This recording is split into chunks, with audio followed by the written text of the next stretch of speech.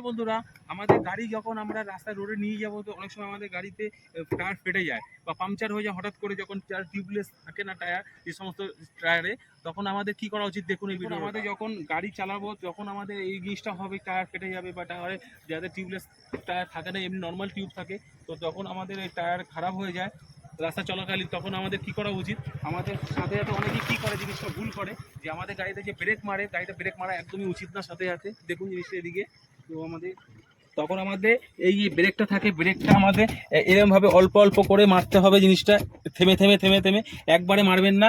একবারে মারলে কি হবে, গাড়িটাতে যখন হাওয়া থাকে না, সব গাড়িতে চাকা হাওয়া আছে, একটা চাকা নেই, তখন আমাদের গাড়ি পাল্টি খাবে বা অ্যাক্সিডেন্টের চান্স বেশি থাকে।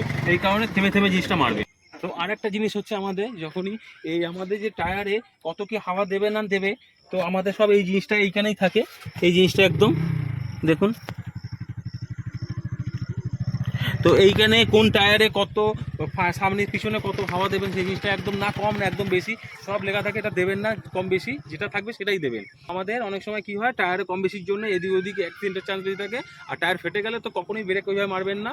তো এটা আপনি জেনে গেলেন। এরকম অন্য কাছে দেখার জন্য শেয়ার করুন ভিডিওটা, অ্যান্ড সাবস্ক্রাইব করুন আপনিও ওই ভিডিও আরও দেখার জন্য, ছোটো ছোটো ভিডিও।